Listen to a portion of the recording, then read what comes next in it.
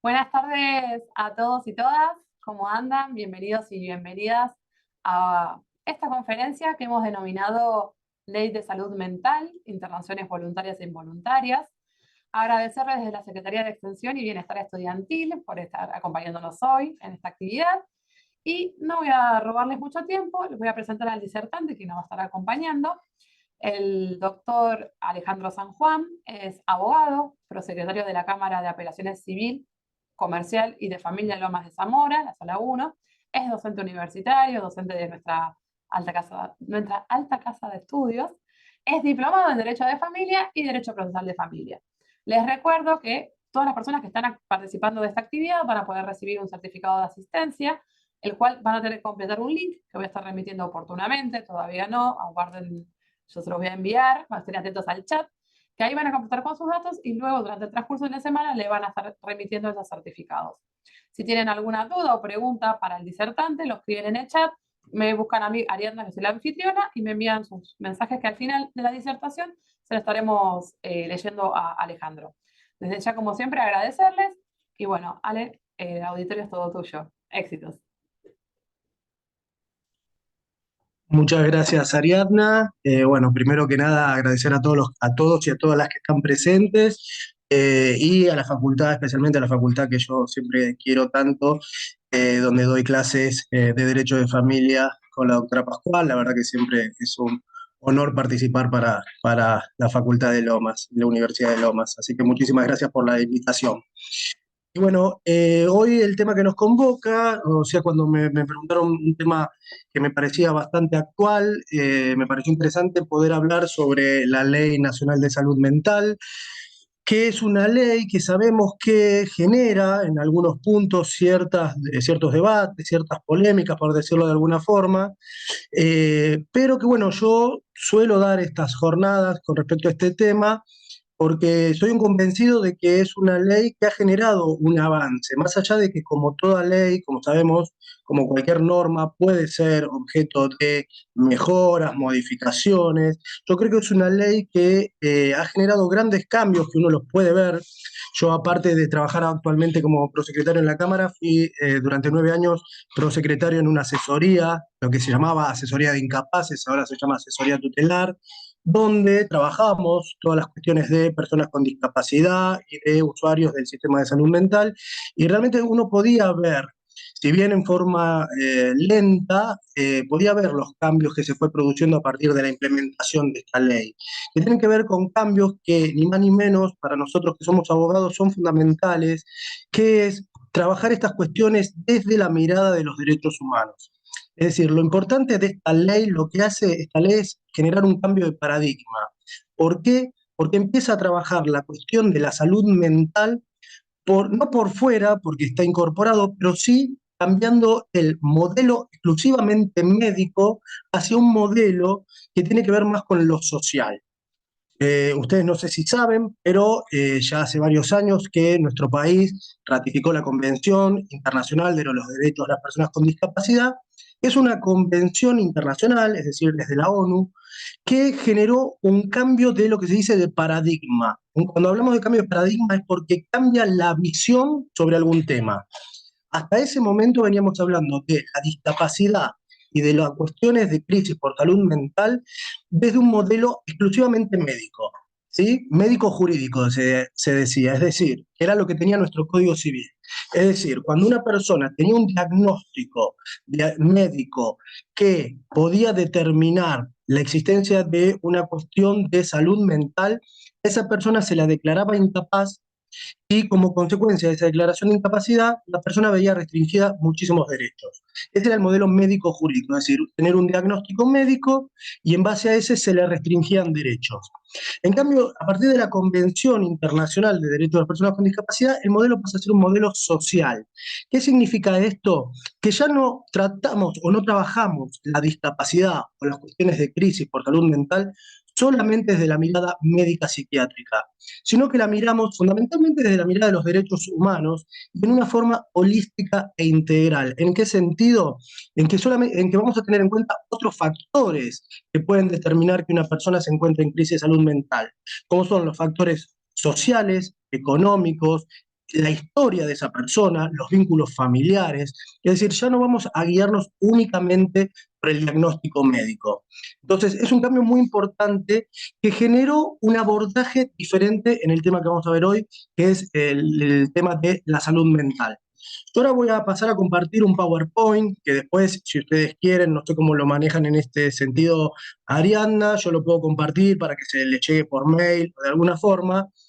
Eh, Así vamos trabajando el tema en base también al PowerPoint. Acá en esta primer filmina, como ustedes pueden ver, yo traté de sintetizar los principales cambios que se producen con la ley de salud mental. ¿Por qué hablo de cambio de paradigma? Porque cambiamos el abordaje. Primero el abordaje jurídico. Es decir, ya hoy no hablamos de personas a las cuales habría que restringirle derechos por una cuestión de discapacidad o de salud mental, sino que en todo caso lo que tenemos que hacer es brindarles el sistema de apoyo que esta persona necesita para ejercer los derechos por sí. Es decir, ¿se acuerdan que antes se le designaba un curador? Ahora se le designa un sistema de apoyo para que sea la propia persona la que ejerza los derechos, con la asistencia de aquella persona que ella elija. Y cuando hablamos de personas en crisis de salud mental, el abordaje desde el derecho internacional de los derechos humanos es un abordaje comunitario. ¿Esto qué significa? Eliminar la manicomialización. Por eso sabrán, si no sé si han tenido la oportunidad ya de leer la ley, que la ley tiene un artículo que habla de que se tienen que ir cerrando los manicomios y los hospitales monovalentes de la forma en la que los teníamos nosotros en nuestro país. Pero aunque nosotros tenemos hospitales generales para tratar todas las cuestiones de salud, pero cuando hay cuestiones de salud mental, por lo menos en el ámbito público, a las personas se las derivaba a neuropsiquiátricos públicos, que solamente trabajan la cuestión psiquiátrica como si fuera una cuestión diferente de la salud. ¿Y esto por qué? Esto tiene una cuestión histórica que tiene que ver con la idea de la exclusión de la persona que tiene, antes se decía del loco, es decir, de la persona que tiene una crisis de salud mental. Como siempre se la miraba desde la peligrosidad, la idea era que esta persona estuviera lo más alejado de los centros urbanos. Por eso si ustedes ven, que todavía los neuropsiquiátricos públicos, todavía más conocidos, están siempre por fuera de los centros urbanos. A excepción del Hospital Esteves, de acá de Temperley, la mayoría, Oppendorf, Colonia Cabret, están siempre alejados. Por eso viene históricamente esta idea de la exclusión de la persona, del loco, se decía antes, o de la persona usuaria del sistema de salud mental. Entonces, el derecho internacional de los derechos humanos viene a cambiar eso, a decirnos, no, el mejor tratamiento para las personas con crisis de salud mental es un tratamiento comunitario, es decir, en el mismo ámbito donde la persona vive. Es decir, lo ideal sería que la persona sea tratada dentro del ámbito de su comunidad, dentro de su centro de vida. Y acá vamos a tener dos formas de tratamiento. Ambulatorio, que es lo que la ley promueve, principalmente los tratamientos ambulatorios, o como última ratio nos pone la ley la posibilidad de ser internada. ¿Sí? En el caso de ser internada, y acá hay una de las cuestiones que más se discute con la ley de salud mental, que yo creo que es por una cuestión de desconocimiento, porque ustedes habrán visto quizás en los medios de comunicación que dicen no se puede internar a una persona en contra de su voluntad. Eso no es así. La ley de salud mental, por eso en el título yo pedí que sea el tema de internaciones voluntarias e involuntarias. La ley de salud mental prevé las dos formas de internaciones por crisis de salud. Voluntaria, cuando la persona presta su consentimiento, o involuntaria, cuando está en una situación de riesgo cierto e inminente. Es decir, las dos posibilidades están. No es cierto que no se pueda internar una persona en contra de su voluntad. Se puede hacer, pero lo que sí tienen que observar el equipo interdisciplinario es que esté en una situación de riesgo cierto e inminente. ¿Sí? Es decir, que haya realmente una situación concreta de que se pueda generar un daño así o a terceros. ¿Por qué?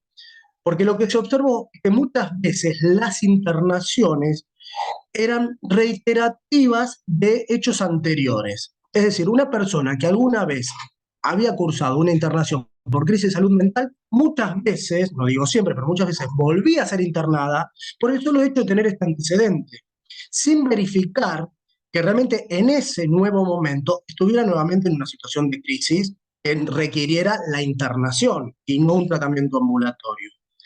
Tengamos en cuenta que por qué es importante este cambio en el abordaje jurídico. Ahí viene en el último punto, yo le puse modalidad de abordaje jurídico desde el derecho internacional de los derechos humanos.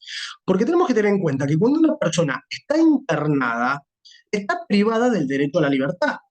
¿Sí? ¿Por qué? Porque va a tener que seguir con ciertas normas y reglamentos de los lugares de internación. Muchas veces se les puede restringir el contacto no solamente con determinadas personas, sino la posibilidad de salir, la posibilidad de realizar las actividades cotidianas. Entonces, acá lo que está en juego es el derecho a la libertad. Entonces, ¿se puede restringir ese derecho? Se puede restringir en el caso de riesgo cierto e inminente, donde la persona va a estar internada. Pero ¿qué cambia con esta mirada de derechos humanos? Que cuando una persona está internada, entonces se la va a rodear de una serie de garantías, que nosotros como abogados sabemos lo importante que son las garantías, ¿sí? Para que no se violen los derechos humanos. Entre estas garantías, que después lo vamos a ver, están la posibilidad de que se le designe un defensor oficial, la posibilidad de que si se le restringen ciertos derechos, siempre se busque la posibilidad de que esta persona pueda igualmente ejercer otros derechos. Por ejemplo, si se le restringe la posibilidad de el vínculo con algún familiar, porque ese vínculo le genera crisis, bueno, siempre tiene que estar garantizado que la persona pueda hablar con otro vínculo familiar, con una persona de la comunidad, es decir, lo que se evita es el aislamiento. ¿Por qué? Porque la idea es este tratamiento, vuelvo a decir, comunitario, ¿sí? Entonces, los tres grandes ejes que cambia la ley de salud mental son la modalidad de abordaje jurídico, que ya lo dijimos, tiene que ver con el abordaje desde los derechos humanos, con una mirada de los derechos humanos. Lo segundo es la modalidad de abordaje institucional. Es esto que yo les decía, que el abordaje tiene que ser principalmente comunitario, es decir, lo más próximo al centro de vida de la persona, que mantenga, en la medida de los posibles, todos los vínculos familiares, sociales, laborales y educativos, en la medida que sea posible, ¿sí? La idea de la desmanicomialización, ¿sí? La ley, perdón, no la ley, el decreto 603 del año 2013, que es el que reglamenta la ley de salud mental, establecía como plazo el año 2020 para que se cerraran todos los centros manicomiales o lo que eran los neuropsiquiátricos. Lo cierto es que se fue haciendo en forma paulatina, todavía quedan ciertos centros monovalentes, pero se tiende hacia la atención comunitaria. Realmente ese cambio se va notando. Por ejemplo, el Hospital Esteves es uno de los ejemplos en eso, que hoy tenemos casas de medio camino, donde se cambió ese sistema, no sé si ustedes los conocieron, de pabellones hacia un sistema progresivo para que las internas puedan ir haciendo salidas, teniendo visitas, y muchas ya pueden convivir en casas de convivencia con otras usuarias del sistema de salud mental. Sí, se está trabajando de esa forma. Y también la ley lo que propone es la atención primaria de salud, es decir, que dentro del sistema de atención primaria de salud, que son las salas de salud, todos los hospitales generales, atiendan las cuestiones de salud mental. ¿Y esto por qué? Porque desde los derechos humanos no se puede permitir, obviamente, la discriminación. Y entonces, ¿por qué vamos a separar la cuestión de la salud mental del resto de la atención de salud? Entonces, todo debería ser trabajado dentro de la atención primaria y dentro del sistema hospitalario. Existiendo, sí, atención especializada en salud mental, pero dentro de los hospitales generales. Y ya no con este sistema asilar o este sistema manicomial que lo único que lograba era la desvinculación de la persona de estos lazos sociales. Desde esta nueva mirada es muy importante incluso en el tratamiento de la persona. ¿Sí? Se observa que es mucho mejor un tratamiento donde la persona mantiene los vínculos familiares, sociales, laborales, educativos, que aquellos en los cuales la persona está excluida en un centro manicomial. Y el tercer punto que cambia la ley es la modalidad de abordaje terapéutica. ¿De qué forma? A través de la interdisciplina, dice. Las cuestiones de salud mental ya no son solamente una incumbencia exclusiva, no quiere decir que no tengan que intervenir, sino que por el contrario, tienen que intervenir los psiquiatras y los psicólogos. Pero no es exclusivamente incumbencia de los psicólogos y los psiquiatras, tiene que ser interdisciplinario. ¿Por qué?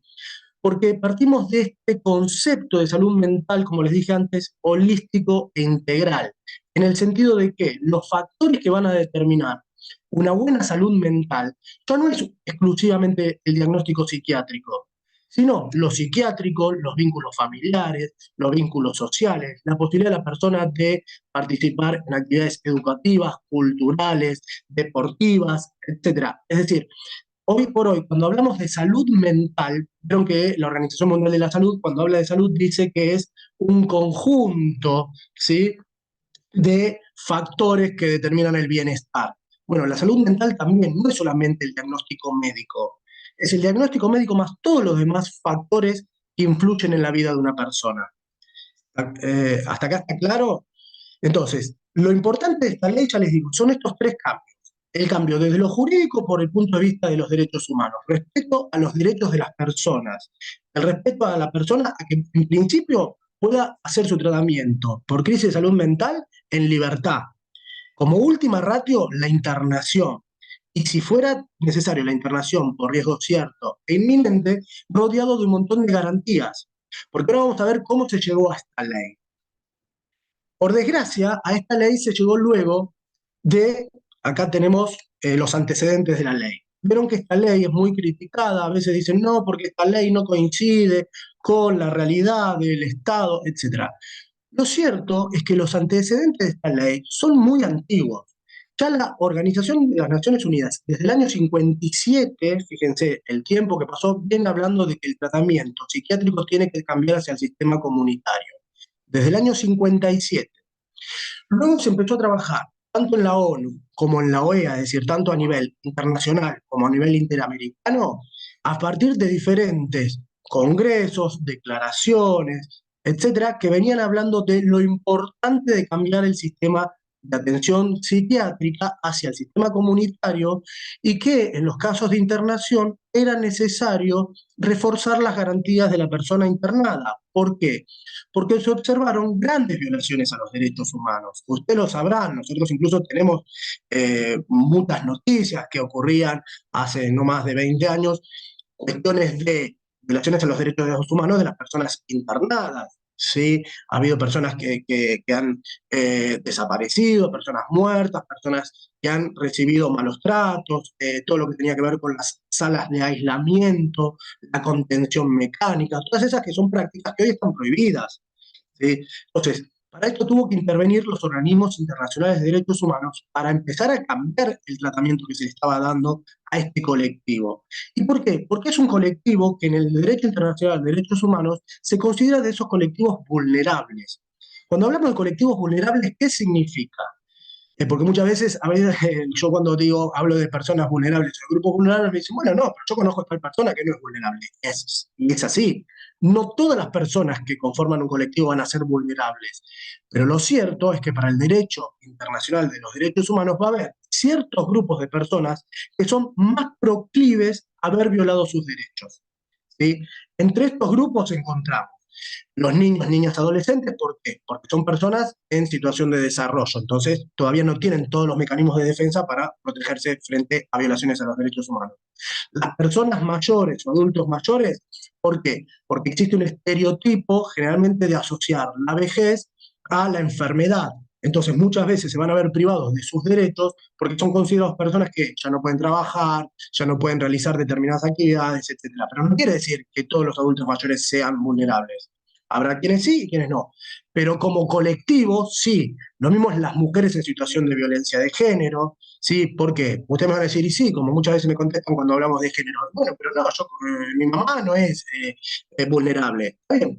Pero la realidad es que las mujeres, a diferencia del varón, son más proclives a ver afectados sus derechos.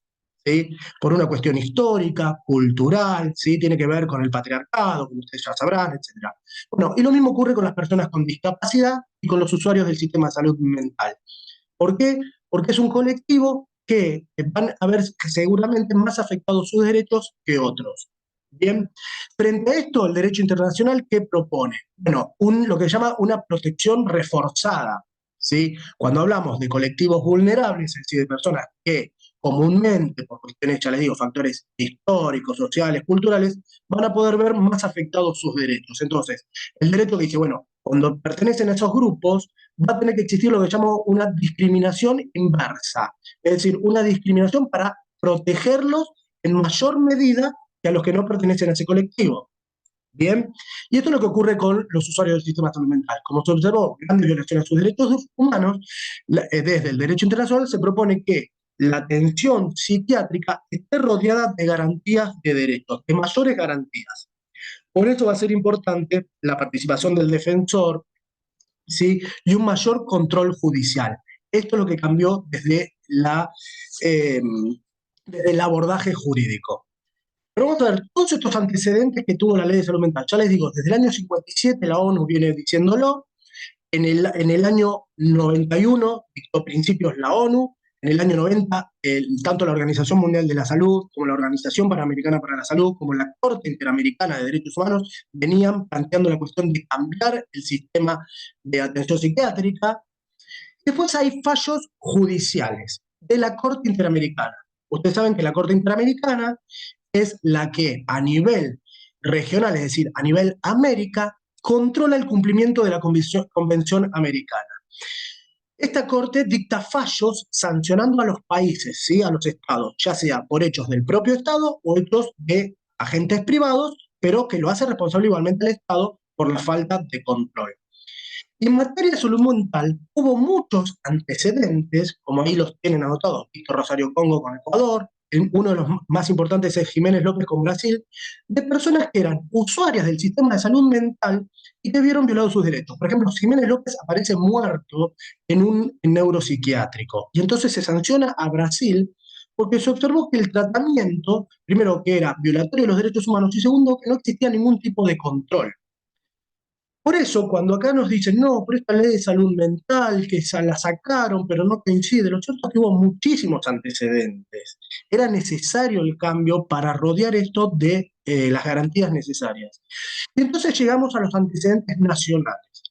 Acá hubo dos antecedentes fundamentales en la Corte, que los toma la Corte Suprema de Justicia de la Nación. Y fíjense lo que ocurre. Son dos antecedentes, ahí los tienen anotados, Tufano y RMJ, que ya son viejos, ahora quedaron viejos, hay nuevos, gracias a Dios cada vez ocurre menos, pero hay nuevos, pero ya aplicando la reglamentación nueva. Y fíjense lo que ocurre, a la Corte Suprema llegan estos dos casos por una cuestión de competencia, nada más, es decir, había que dirimir qué juzgado tenía que intervenir.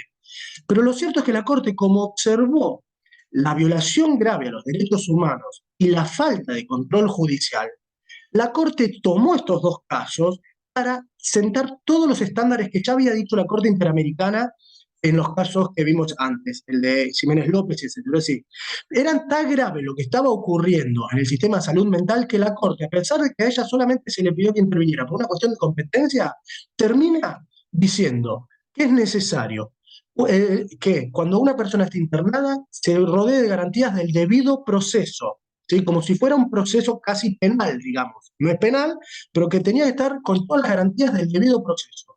Ahí les puse, con un control judicial activo y periódico. Por eso si ustedes hoy ven las cuestiones de salud mental va a haber mucho más control por parte de los defensores, de los asesores de incapaces o asesores tutelares, de los juzgados, ¿sí? Con pedidos de informes periódicos, ¿sí? Porque habían ocurrido todos estos hechos donde había personas muertas, personas que se habían suicidado, personas que habían desaparecido y que los juzgados no tenían la información actualizada, ¿sí?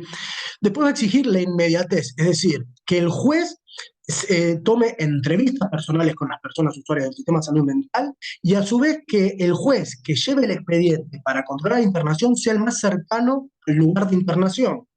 Es decir, ahí fija una cuestión de competencia. Dice, el competente va a ser el juez que esté más cercano al lugar de internación. ¿Por qué? Porque es el que mejor lo va a poder controlar. Va a poder controlar mejor las condiciones de internación. ¿Por qué? Porque va a tener que hacer visitas, va a tener que ir a hablar con la persona, va a poder citar a la persona, etcétera. Entonces es importante la inmediatez. Y la Corte misma va a decir que las internaciones en centros neuropsiquiátricos solamente van a poder ser ordenadas cuando exista riesgo cierto e inminente. ¿Y por qué yo repito siempre esta fórmula de riesgo cierto e inminente? Porque lo que cambia es la idea de peligrosidad. Hasta ese momento, hasta la nueva ley de salud mental, casi siempre se trabajaba con los usuarios del sistema de salud mental con la idea de peligrosidad. Y la idea de peligrosidad, ¿por qué precisamente no coincide con lo jurídico o con el derecho? Porque la peligrosidad es tener en cuenta algo que podría ocurrir, pero que no ocurrió, ¿sí? Entonces, es dejar a una persona privada de la libertad por algo que podría hacer, pero que en principio no hizo. Pero como tiene un diagnóstico médico, consideran que podía ser potencialmente peligroso. Entonces la Corte dice, no, no nos podemos seguir guiando por la idea de peligrosidad, que es algo potencial, sino por la existencia de riesgo cierto e inminente. Es decir, riesgo de que concretamente hoy esta persona, hoy, quiero decir, es una forma de decir, no hoy o en estos días, pero que sea reciente esta persona, puede causarse un daño así o a terceros. Pero no ya y la idea de podría generar un daño, porque ya le digo, muchas veces se asociaba el diagnóstico a la posibilidad. Entonces se considera que si una persona tenía un diagnóstico de psicosis, quizás era más probable que generara algún daño. Pero es cierto que la persona quizás no había generado ningún daño. Ese es el problema, que hoy todavía sigue manteniéndose en el ámbito penal, que siguen trabajando con la peligrosidad, pero que lo tienen que ir cambiando. Ya la Corte Interamericana y el Comité nos viene diciendo que hay que cambiar esa idea de peligrosidad por la idea de riesgo cierto e inminente, algo más concreto, más actual. ¿Sí? Entonces, todos estos son los antecedentes que tiene la ley de salud mental. Es decir, no es cierto, porque muchas veces eh, uno escucha o ve reportajes y eso que dicen, esto es una ley que no se sabe de dónde salió, no. Tiene muchísimos antecedentes esta ley. La propia ley los enuncia, pero lo cierto es que la ley es una consecuencia, ¿sí?, de lo que venía ocurriendo en la atención de la salud mental. ¿Sí? Es decir, en esta atención no existía control directo, activo e inmediato por parte del Poder Judicial. No, no siempre se respetaba esta idea de riesgo cierto e inminente, sino que había personas internadas muchas veces durante 20 años. De hecho, recuerdo cuando yo empecé a hacer visitas, en casi todos los hospitales psiquiátricos que uno iba a visitar, había gente que estaba internada hacía 20 años, con el mismo diagnóstico. ¿Sí? Personas que nunca habían podido salir, ni siquiera, había muchos también en ese momento de NN, personas que ni siquiera se sabía cuál era su identidad, ni se había averiguado qué había ocurrido con la familia, con sus bienes, con nada. Entonces, esta ley, ya les digo, lo que cambia fundamentalmente es el tratamiento desde los derechos humanos, ¿sí? Y lo que nos pide es que el tratamiento no solamente sea médico psiquiátrico, sino que también integre todo lo social. Mantener los vínculos sociales es fundamental también para esta ley, ¿sí? Tanto para el tratamiento como para el respeto de sus derechos. Por eso ahí van a ver que la definición que da la ley es una definición bastante completa, porque dice que la salud mental es un proceso determinado por componentes históricos, socioeconómicos, culturales, biológicos y psicológicos. Es decir, toma en cuenta lo biológico y lo psicológico, pero también toma en cuenta lo socioeconómico, lo histórico, lo cultural, lo familiar, ¿sí? Y por eso la recuperación requiere de un trabajo social, nos dice, ya no solamente un trabajo médico. ¿Sí? Es decir, ya para la ley no es suficiente con solamente la medicación y un tratamiento en la internación. Requiere trabajar también todos los demás aspectos de la persona, la educación, lo laboral, lo cultural, lo familiar principalmente. ¿Sí? Bueno, por una cuestión de tiempo, yo les voy a ir adelantando algunas cuestiones, igual estamos bien de tiempo, pero la ley en el artículo 7 es un artículo fundamental porque establece toda la serie de derechos en forma expresa que tiene la persona. Yo no les voy a anunciar todos porque son más o menos, están vinculados a esto que venimos viendo de tratamiento ambulatorio en principio y como última ratio solamente la internación, que tenga el mantenimiento de los vínculos familiares, etc. Pero si entre los derechos hay uno que es importante, que es el del consentimiento informado. El consentimiento informado, yo siempre en las clases pregunto a los alumnos qué es el derecho, el consentimiento informado, y todos me van diciendo diferentes definiciones. Pero lo primero que tenemos que saber es que es un derecho. Es un derecho que tenemos todos nosotros como pacientes. Es decir, no es, digamos, una facultad del médico, es un derecho nuestro como paciente. ¿Y qué significa? Que tenemos el derecho a qué? Frente a cualquier atención médica, pero más que nada también en la psiquiátrica, como es el caso que hablamos hoy, tenemos derecho a que el médico nos informe qué tratamiento nos proponen, qué diagnóstico tenemos, qué otras alternativas nos pueden brindar, cuáles son los riesgos, cuáles son las ventajas, y en base a esa información yo presto mi consentimiento. Eso es el consentimiento informado, por eso es un derecho nuestro. Y hoy lo tenemos incorporado también en el Código Civil, en el artículo 59, está en la Ley de los Derechos de los Pacientes, pero también lo tenemos en la Ley de Salud Mental. Lo fundamental es que el consentimiento informado es un derecho nuestro, es una garantía nuestra frente al médico. ¿Bien?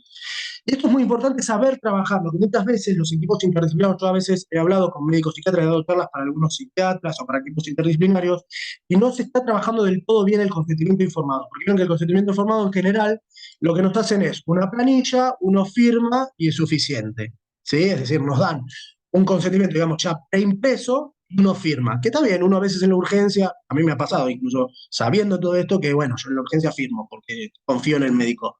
Pero lo cierto es que el consentimiento informado significa que el médico me dio toda esta información y yo la acepté. Porque también la puedo no aceptar, ¿sí? Por eso cuando dicen que no hay internaciones involuntarias, dicen porque se puede no aceptar. También, si en general uno puede no aceptar un tratamiento médico, excepto cuando está en riesgo cierto e inminente por una cuestión de crisis de salud mental. Pero esto es lo más importante, creo que del artículo 7, que son varios derechos, ya le digo, el derecho a la identidad, por ejemplo, por esto de que había muchas internaciones de personas NN, ¿sí? El acceso gratuito e integral, etcétera. Pero me parecía importante hablar del consentimiento informado, porque ha habido casos que llegaron también a la Corte Interamericana por haberse tomado mal el consentimiento informado. Y acá hay un tema con respecto al consentimiento informado que a mí me interesa, no sé si son todos abogados o no, pero me interesa igualmente todos tengamos en cuenta. Porque ¿qué pasa con las personas con discapacidad y qué pasa con las personas? Porque te dicen, bueno, como está en una crisis de salud mental, esta persona no puede dar el consentimiento. Y acá hay una cuestión que hay que tener en cuenta. La Corte Interamericana, que es, digamos, el tribunal que analiza las convenciones internacionales que hoy forman parte de nuestra Constitución, nos dice, el consentimiento informado lo tiene que dar siempre la persona. La excepción por una cuestión de que la persona no está en un estado, digamos, en un estado que pueda brindar ese consentimiento, pero solamente en forma excepcional, lo va a poder dar una persona de su confianza. Pero fíjense acá que es algo que incluso tomó nuestra Corte en un caso que tenía que ver con otra cosa, tenía que ver con la posibilidad de la muerte digna. ¿De qué forma esa persona puede suplir mi consentimiento? De una forma que se llama el consentimiento presunto, es decir, ese familiar que puede dar el consentimiento por mí, porque yo no puedo, en realidad debe dar el consentimiento en el sentido que lo hubiera dado yo. No sé si se entiende. Es decir, si yo, por ejemplo, digo, no puedo dar el consentimiento porque estoy con muerte cerebral, no lo puedo dar, lo tiene que dar mi progenitora.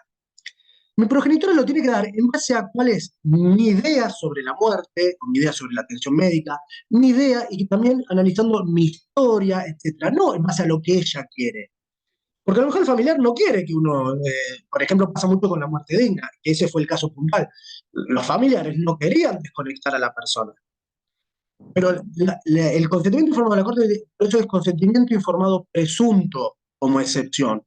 Lo tienen que dar como si lo diera la persona en base a los valores de esa persona.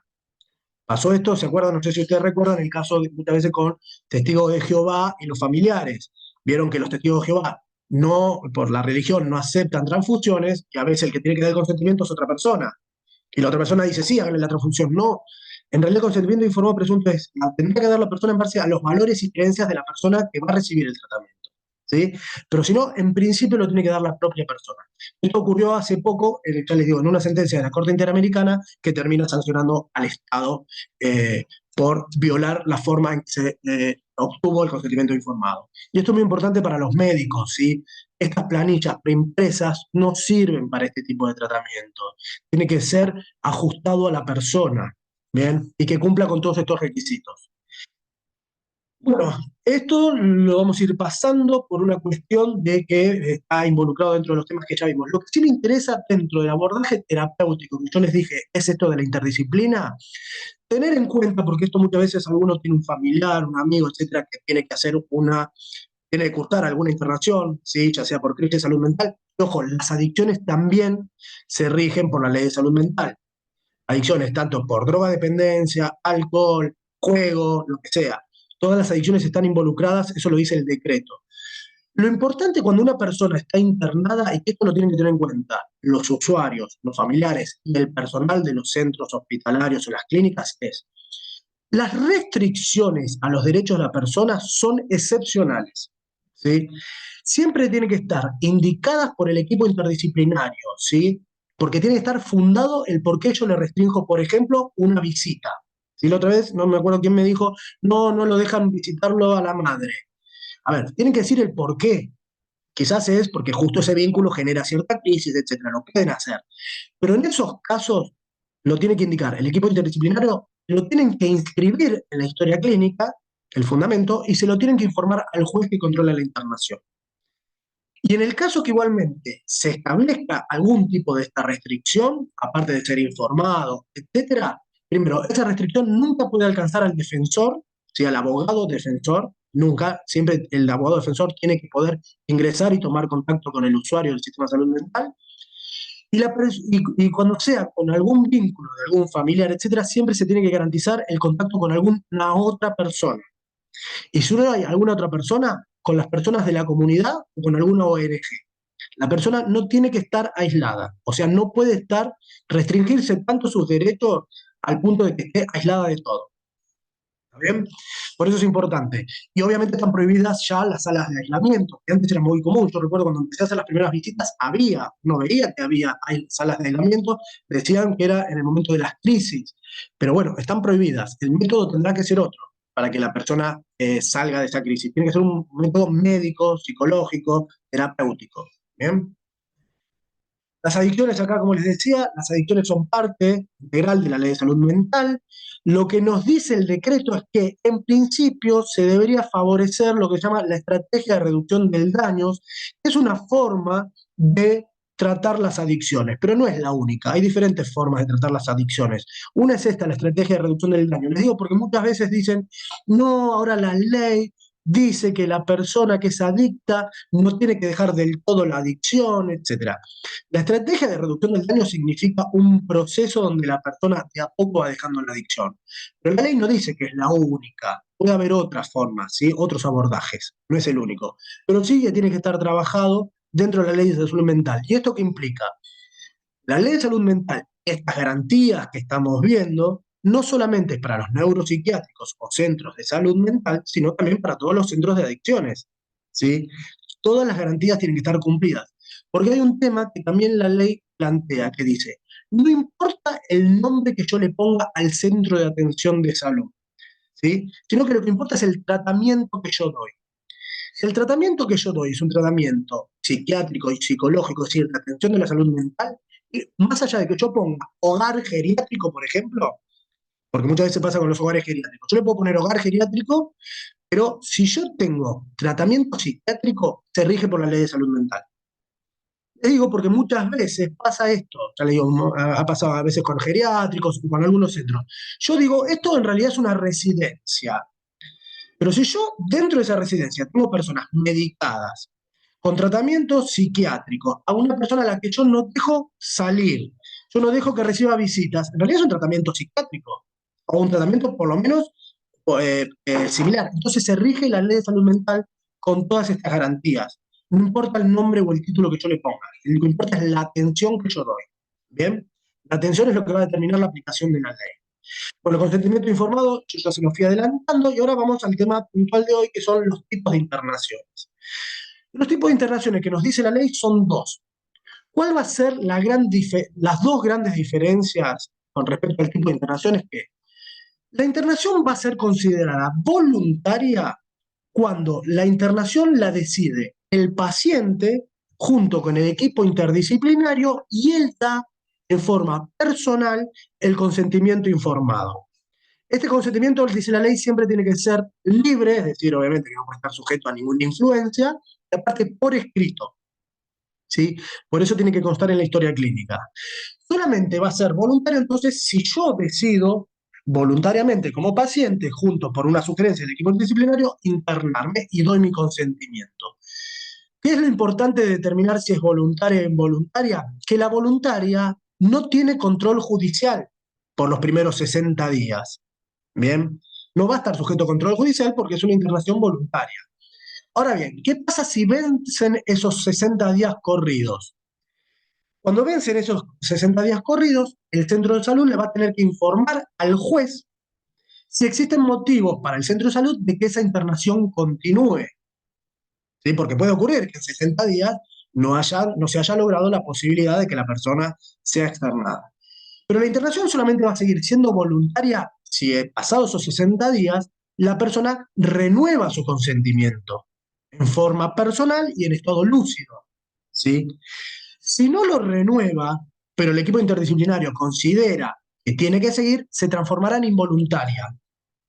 La única forma siempre de mantenerse voluntaria es cuando la persona da su consentimiento.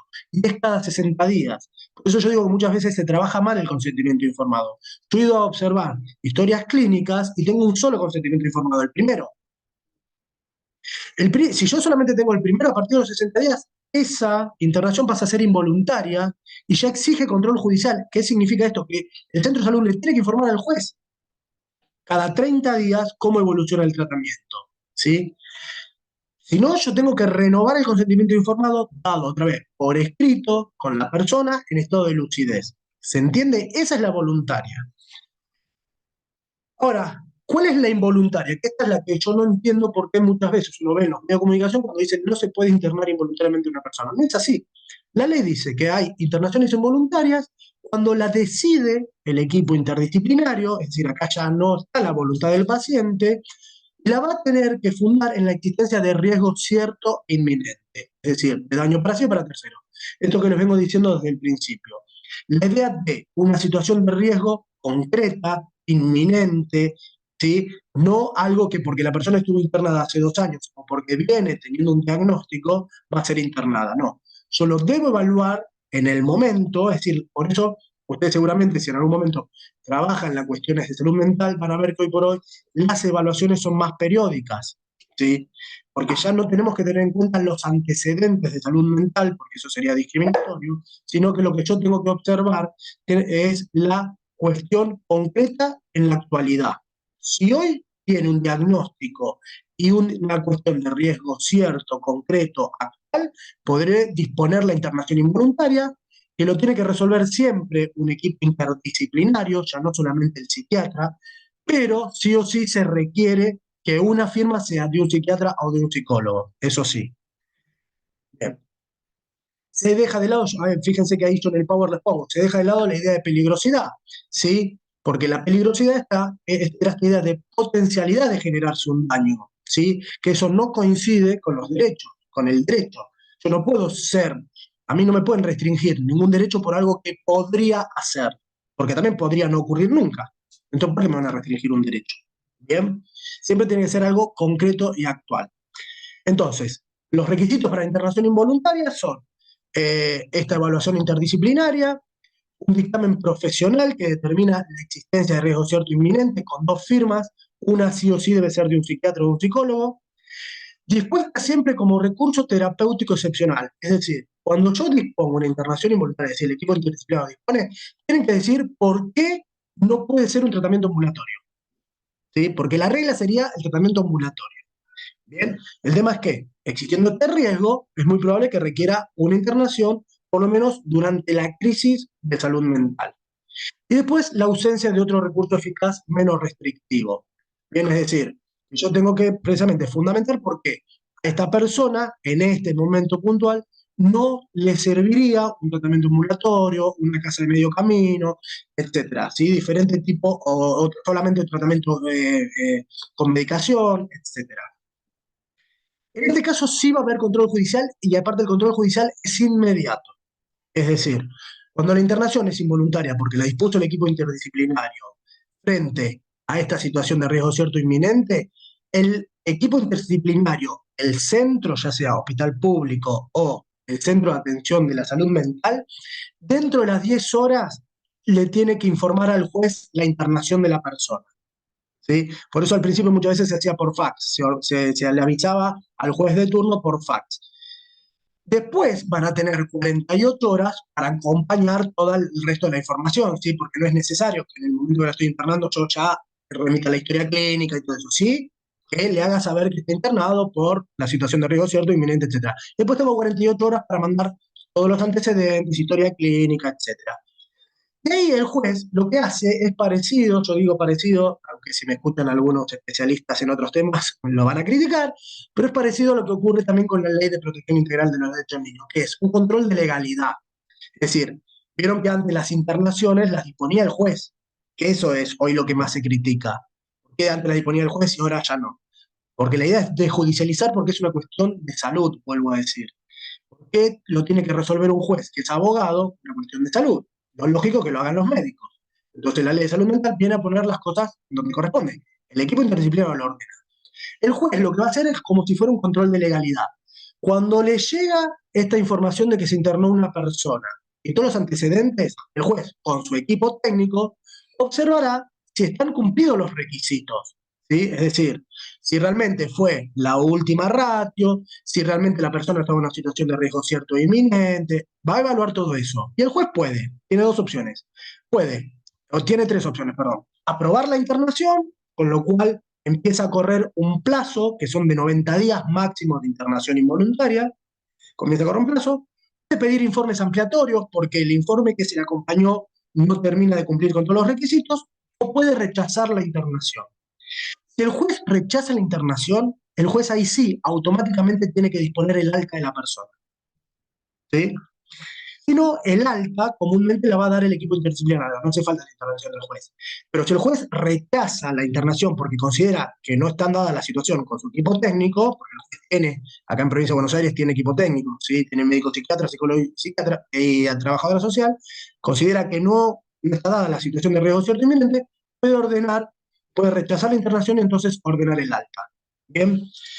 Después lo que le va a decir la ley, en el caso de la internación involuntaria, es que cada 30 días el centro de salud tiene que remitirles informes de la evolución del tratamiento. Bien. Ahora, ¿qué ocurre vencido los 90 días que son el plazo máximo, digamos, hoy por hoy? No es que no sea renovable. Es renovable este plazo máximo, pero lo que se va a tener que observar a los 90 días es si se mantiene esta crisis que genera el riesgo cierto e inminente. Y ahí lo que va a intervenir es un órgano que se creó que es el órgano de revisión. El órgano de revisión es un órgano que acá está en la Defensoría del Pueblo, o sea, está dentro de lo que es la Defensoría del Pueblo, que con otro equipo médico tendrá que evaluar si realmente continúan esas internaciones, ¿sí? Porque la idea es que no sea evaluado por el mismo equipo que ya viene diciendo que tiene que continuar, tiene que continuar, tiene que continuar. Entonces, ahí el organismo de revisión va a observar con otro equipo técnico si realmente tiene que continuar la internación de forma involuntaria o no. Es decir, el procedimiento es bastante sencillo. Lo importante en la diferencia entre los dos tipos de internaciones son que la internación voluntaria la decide el paciente y presta el consentimiento informado por sí, ¿sí? Por sí y por escrito. Esto es importante destacarlo, porque si el consentimiento informado lo da un familiar, esa internación es involuntaria. Solamente va a ser voluntaria si la da el propio paciente. Bien. Cuando estamos hablando de internaciones involuntarias, ahí hay un control judicial. Es todo este proceso que yo les dije, de recibir los informes, que el juez lo apruebe o no, después obviamente controlar las condiciones de internación. Las va a controlar el juez, se le va a dar intervención al asesor de incapaces y al defensor oficial, que acá en Lomas tenemos defensor oficial especializados en salud mental. Hay dos. Que la verdad trabajan bárbaros, yo los conozco, son bárbaros. Y los asesores también. Con lo cual, se trabaja de esa forma, ¿sí? Intervienen diferentes organismos. La realidad es que actualmente se está haciendo un control mucho más activo que lo que se hacía antes, ¿sí? Y se va a hacer las visitas, se conversa con todas las personas que están internadas, se observan las historias clínicas para ver si están cumplidos todos estos requisitos, etcétera. Entonces, la involuntaria lo importante es eso, que tiene control judicial efectuado de esta forma. Tiene un plazo máximo, renovable, siempre que se mantenga la situación de riesgo cierto e inminente, porque si no, debería derivárselo a un tratamiento ambulatorio. También es importante lo siguiente. Cuando son internaciones de niños, niñas y adolescentes, o de personas con discapacidad, es decir, ya sea porque tienen certificado de discapacidad o porque hay una sentencia de restricción de derechos, de restricción de la capacidad, esa internación siempre va a ser involuntaria. ¿Sí? Que esa es otra cuestión que a veces los centros de salud no tienen en cuenta. Dicen, no, esta persona está internada voluntariamente. Si la persona tiene un certificado de discapacidad, siempre la internación va a ser involuntaria. ¿Sí? Eso es importante tenerlo en cuenta. Ahora bien, Bueno, ahora sí ya vamos a hacer lugar a las preguntas. ¿Estamos bien de tiempo? ¿Estamos bien de tiempo? Sí, estamos bien. Vamos a hacer lugar a Estamos algunas. bárbaros de tiempo, Ale. Justito, No, justito. estamos bien, tranqui, tranqui. Estamos bien. Bien. Entonces, lo que le quería decir, más que nada, forma de síntesis es, la ley modificó realmente las prácticas. Falta todavía mucho de modificar, porque faltan quizás también mayor cantidad de dispositivos, estos de medio camino, esta idea de que la persona no tenga que estar siempre internada y restringida, sino que haya casas de medio camino, hogares de convivencia, mayor cantidad capaz de acompañantes terapéuticos que permiten que la persona se mantenga en su domicilio con cierto control, sobre todo el control de la medicación, etcétera, que las obras sociales están obligadas también a darlo, en el 100%, ya lo dijo la Corte también. Entonces, la ley la verdad que vino a cambiar un montón de prácticas. Falta todavía bastante, pero lo cierto que yo ayer estaba leyendo, estadísticamente, por ejemplo, las internaciones bajaron casi en un 50%, ¿sí? O sea, muchísimo, y también con este mayor control de la situación, tanto individual como familiar de las personas, se indagó mucho con relación a qué ocurría con las pensiones de las personas internadas, qué ocurría con sus bienes, etcétera, y también se modificó bastante el trabajo con las familias de los usuarios del sistema de salud mental. Es decir, es una ley que vino, ya les digo, por eso a mí me gusta decir cambiar el paradigma, el modelo, la visión, la filosofía, como les guste a ustedes, de la atención de salud mental, generó muchos cambios, y sin embargo, este año hubo un informe del Comité de los Derechos de las Personas con Discapacidad, que ustedes saben cuándo, no, si no lo saben, yo lo explico sintéticamente, cuando un país ratifica una convención internacional, hay órganos que hacen un control de cumplimiento. ¿Sí? El de las personas con discapacidad es el Comité sobre los Derechos de las Personas con Discapacidad. Ese comité este año elaboró un informe sobre la evolución en Argentina de todo lo que tiene que ver con las personas con discapacidad y los usuarios de salud mental, y pese a todos estos cambios, sigue todavía informando que hay ciertas cosas que hay que modificar en las prácticas principalmente. ¿Sí? Es decir, que realmente se garantice que la internación sea la última ratio, que realmente las internaciones estén rodeadas de todas estas garantías. Es decir, observó todavía que en ciertos supuestos, sobre todo también en el ámbito penal, se sigue trabajando la idea de peligrosidad y no de riesgo. ¿Sí? Entonces, lo cierto es que todavía quedan cosas para cambiar, varias, como les decía antes, pero entiendo yo que, por lo menos con esta ley, lo que estamos como mínimo garantizando sí es un mejor trabajo para los usuarios del sistema de salud mental y que un mayor respeto a sus derechos. Ya le digo, a mí me pasó muchas veces de ver, realmente eso lo he vivido yo en la práctica, por ejemplo, con mujeres del Esteves que han, después de muchos años, podido salir con acompañantes terapéuticas, que hayan podido ir a vivir a casas de convivencia y realmente les cambia la vida. Les cambia la vida y no es ni más ni menos que garantizarles los derechos humanos básicos que tenemos todos, ¿sí? La posibilidad de vivir en forma independiente, ¿sí? En forma independiente, vivir con los lazos de amigos, de familia, etcétera, más allá de tener un tratamiento médico. ¿Bien? Bueno, ahora sí, entonces quedo abierto a las preguntas. Ariadna, espero haber sido claro. Ha sido muy claro y según el chat, que te digo, no lo estás viendo, pero yo sí, sos muy claro. Así que tengo varias preguntas ¿Bien? eh, Como que hablo para rápido. comenzar, si te parece. Ahí, Sí, sí. te pido disculpas si queda alguna fuera, pero bueno, empiezo a leer la primera que dice Lautaro. Si hubo algún involucramiento de usuarios de salud mental en la formulación de la ley, cuando se creó esta ley. Sí, sí, participaron ONGs. Sí, esta es una ley que ocurrió lo mismo que cuando, recuerdan ustedes, cuando se elaboró también o se sancionó la ley del aborto, que se abrió a opiniones en diferentes congresos y diferentes cosas. En esta ley también participaron ONGs, pero aparte participaron también abogados, se abrió en su momento a debates previo a la ley. Y sí, es un proyecto donde se participó y se trabajó bastante, se trabajó bastante. Y no solamente en esta ley, sino en la Convención de los Derechos de las Personas con Discapacidad, también participaron ONGs, personas con discapacidad, y por eso, gracias a eso, se logró realmente el cambio de modelo, porque no se quería cambiar el modelo médico al modelo social, y fueron las ONGs con personas con discapacidad las que más instaron a que se cambiara el modelo. Ellos usaban un lema que era nada sobre nosotros sin nosotros.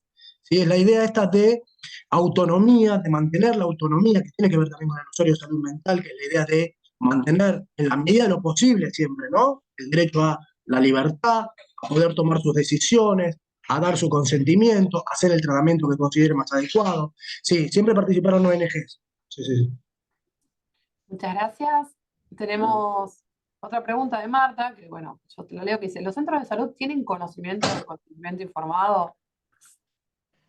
Conocimiento lo tienen, sí, sí, conocimiento lo tienen. Ya les digo, a mí los que más me preguntan cuando he ido a dar charlas en centros de salud específicamente, pero bien, o sea, con la preocupación, porque realmente no son, la mayoría no son abogados, o sea, son médicos. No tienen tampoco por qué saber, digamos, lo técnico puntual. Pero siempre ellos están preocupados por cuál es la forma más adecuada del consentimiento informado. Lo cierto es que existe mucha confusión sobre esto, porque la costumbre, acá estamos luchando también en muchos de estos temas, estamos luchando mucho con lo cultural y la costumbre, ¿sí? Todo lo que tiene que ver con discapacidad, bueno, ocurre que en casi con todos los colectivos vulnerables. Hay mucha costumbre arraigada que a veces es muy difícil cambiar. Y lo cierto es que una de esas cuestiones en salud mental, en discapacidad y salud mental pasan dos cosas que yo siempre observo que se mantienen todavía. Por un lado, la idea de proteger a la persona, ¿sí? En general, todos, cuando nos dicen, no, porque esta persona tiene tal diagnóstico, todos, ay, bueno, como que lo queremos proteger. Y en realidad lo que tenemos que garantizar es la autonomía en la mayor medida de lo posible de esa persona, ¿sí? Que pueda tomar la mayor cantidad de decisiones posible. Y no como antes, que se le designaba un curador y las decisiones las tomaba el curador. Por eso es importante el cambio por el sistema de apoyo.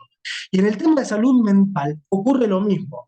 Por eso es muy común que las clínicas le pidan el consentimiento informado a los familiares y no a la persona, porque consideran que la persona no está en una situación. Obviamente, tiene que estar en situación de estado lúcido, nos dice el decreto, ¿sí? En estado lúcido. Si está en esa situación, hay que pedirle el consentimiento al propio usuario y este tiene que ser renovado. Y hay centros de salud donde fueron cambiando, lo cierto es que sí, ya hoy uno observa mayor presentación de consentimiento informado. Yo creo que no solamente hay desconocimiento en los centros de salud mental, parte judicial también. El juez, cuando hace este control, tiene que pedir el consentimiento informado. Cuando hace el control de la internación, hay que pedir el consentimiento informado y hay que pedir la renovación del consentimiento informado. Y yo no he observado que se pida muchas veces. No lo he observado. Pero sí, en conocimiento están porque la ley es clara. Aparte, perdón que me fui capaz por las ramas, pero aparte, no solamente la ley lo incorpora de forma expresa, sino que ahora lo tenemos incorporado en el Código Civil, artículo 59, y en la Ley de los Derechos del Paciente. Es decir, hay tres leyes que lo trabajan, es decir, deberíamos conocerlo. Y no es que es un dato perdido en alguna norma. ¿Sí? Tenemos tres leyes ya que nos vienen diciendo cómo hacerlo y las tres dicen lo mismo. Más allá de encima los fallos de la Corte Interamericana que también deberíamos conocer. Pero bueno, sí, en ese estado estamos. Tenemos un montón de preguntas, Ale, creo que vamos a tener que ¿Así? hacer dos Yo o no tres, tengo horario. dos, tres encuentros de esto, pero es Ah, eso impresionante sí. la cantidad de preguntas que hay. Así que Bueno, insisto que cuando todas las quieran. personas que no puedo, no voy a llegar a leerlas. Lucía dice, buenas, tengo una consulta que suele pasar en varias instituciones. Cuando una persona está en una institución, sea hogar, hospital, monovalente, etcétera, y desde esa institución no dejan que la persona utilice celular o que Mm. personalice su habitación o que use la vestimenta que quiera, que es también algo que no se identifica, es algo que vulnera los derechos de la persona institucionalizada. O simplemente hay que amoldarse las reglas, más allá de la patología o discapacidad que la persona presente. ¿Cómo qué puede pasar en estos casos? Que se Eso puede... un poco viene al tema que yo les decía de las restricciones. Con respecto a la comunicación telefónica, el propio decreto reglamentario 603 establece que siempre la persona tiene derecho a comunicación telefónica. Lo dice expresamente el decreto. O sea, lo tenemos directamente en la ley. Dice que la persona tiene derecho a comunicación telefónica, lo establece expresamente. A ver, acá está, lo tengo en algún power, ya les digo cuál es el artículo en todo caso porque dice restricciones, ahí no lo tengo. Bueno, pero capaz que el artículo 14 del decreto habla expresamente de la posibilidad de comunicarse telefónicamente. Eso por un lado. Con respecto al tema de lo que es la vestimenta, los objetos personales, obviamente que lo que comentaba quien hacía la pregunta es violatorio de los derechos de las personas, ¿sí? Tal cual. Pero ocurre una cosa que tiene que ver también a veces con la cuestión de convivencia, ¿sí? Yo, esto le digo, por haber hecho visitas tanto en centros públicos como privados, ocurre que muchas veces se van entre propios pacientes se sacan entre ellos la ropa, por eso muchos tienen cofre, hay lugares donde hay cofre, hay lugares donde tienen locker, etcétera, porque ocurre muchas veces eso, sobre todo cuando la ropa la mandan a lavar, etcétera. Ahora, si es, eso les digo desde la práctica, ahora, si es una disposición del centro de salud, está mal. El centro de salud no puede, en principio tiene que garantizar que la persona pueda utilizar tanto su ropa como sus objetos personales, siempre y cuando no sean objetos que los propios médicos consideran que puedan ser peligrosos, etcétera, pero tiene que estar garantizado poder usarlo porque tiene que ver con estos derechos que vimos antes en el artículo 7 de mantener la identidad, ¿sí? Y todo lo que tiene que ver con el derecho del usuario de el respeto a la dignidad. ¿Sí? Eso tiene que ver con el respeto a la dignidad, que es un derecho inherente a la persona y que está garantizado en la Ley de Salud Mental y en el decreto reglamentario. Con lo cual, ya le digo, si es una disposición del centro de salud, está mal. Ahora, si son cuestiones prácticas que yo he visto que ocurre esto, ¿sí? Porque yo tenía muchos que yo representaba en la asesoría que me decían, mi compañero me sacó tal cosa, eso ocurre porque conviven. Pero si es una disposición del centro de salud, obviamente está mal porque está violando la dignidad de la persona y en esos casos habrá que avisarle. Yo en esos casos siempre lo que hacíamos es avisarle al juez, que es el que controla la internación, el defensor, que en tu caso tendrá que garantizar que la persona pueda utilizar eh, todos los objetos personales y eso. Ustedes, incluso si le interesa a Lucía, creo que era quien hizo la pregunta, el cambio se nota mucho. Yo a veces lo recomiendo, es fuerte, yo les digo porque fue el primer documental que yo vi sobre este tema, es fuerte, un documental que hizo el TELCIT, no, el CELS, sobre salud mental en el año 2007, que es Vidas Arrasadas. En Vidas Arrasadas es un documental donde se veía cómo se atendía en un centro de salud psiquiátrico público antes de la ley, es aclaro, antes de la ley, y por ejemplo, una de las cosas que muestran es que a todos, vieron que antes era muy común ver personas desnudas en los centros de salud mental. ¿Y por qué? Los propios enfermeros decían, y no, preferimos que estés desnudo porque se saca la ropa todo el tiempo. Es decir, en vez de ocuparnos de vestirlo cada vez que se lo saca, la lógica manicomial había llevado a que, bueno, mejor que esté desnudo porque se la va a sacar todo el tiempo. No, eso cambió, cambió la práctica, gracias a Dios. Yo por lo menos no he visto usuarios desnudos en las veces que yo he hecho visita. Y bueno, pero sí puede ocurrir eso que dice la compañera con la ropa. Y en todo caso hay que avisarle al defensor, al asesor, sí, y hablarlo con el centro de salud porque no se puede. No se puede. Tenemos, bueno, muchas gracias, Ale. No, Tenemos dos preguntas más. Tenemos varias, voy a seguir leyendo, así que tranqui. Pero yo no voy a tengo juntar dos apuro. preguntas, que una justamente habla sobre el tema de si una persona con discapacidad mental puede darle consentimiento informado, un retraso madurativo, y otra pregunta que dice si podrías repetir el caso de las personas con discapacidad porque no les quedaron claro cómo es el tema de la internación involuntaria que sería.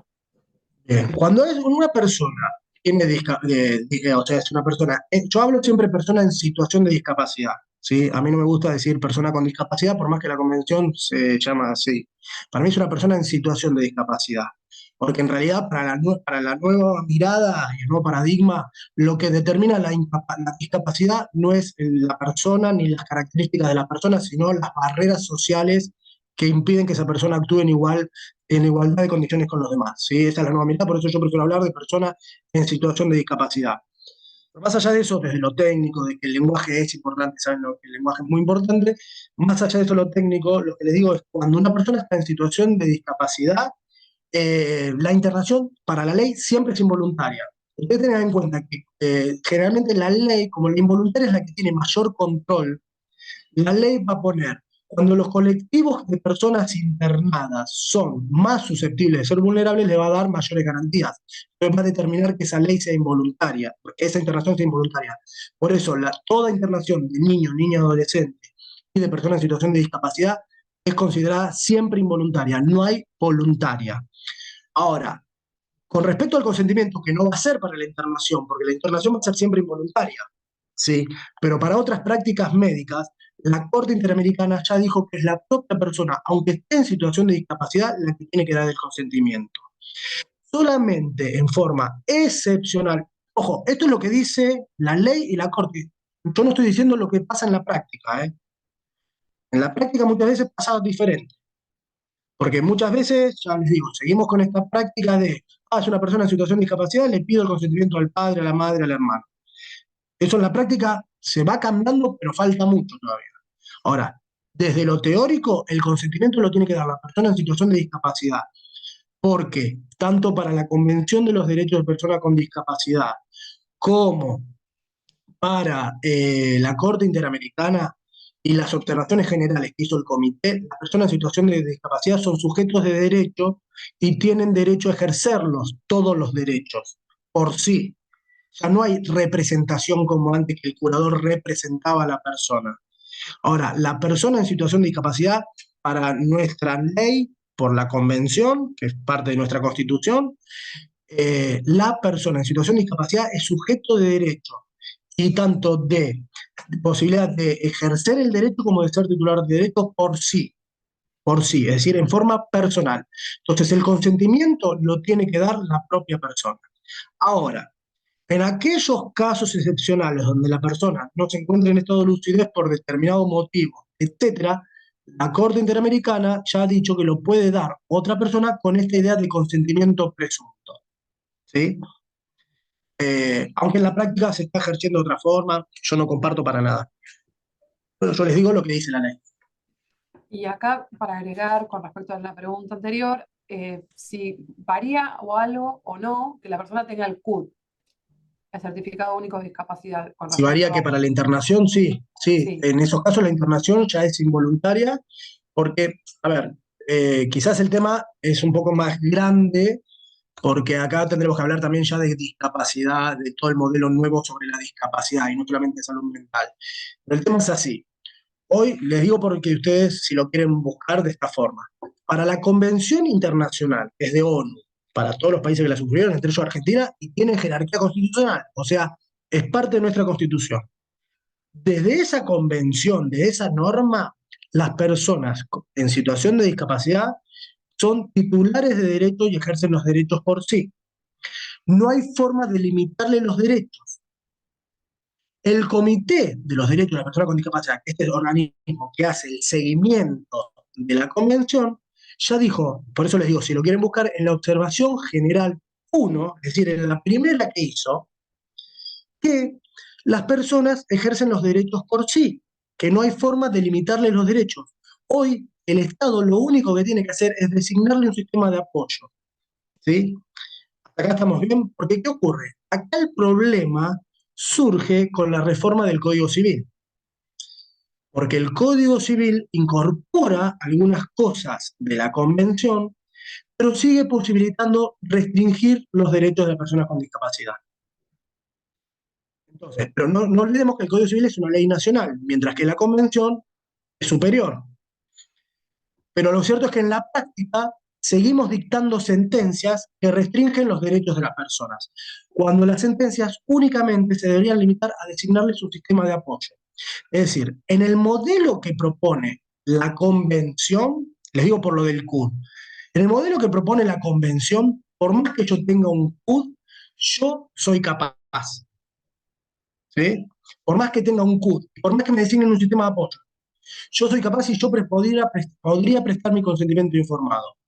Lo cierto es que en la práctica, por esta cuestión de que el Código Civil y muchos magistrados todavía, hay muchos abogados que seguimos solamente el Código Civil como si no tuviéramos encima los tratados internacionales, siguen dictando derechos, sentencias donde restringen los derechos de las personas en situación de discapacidad.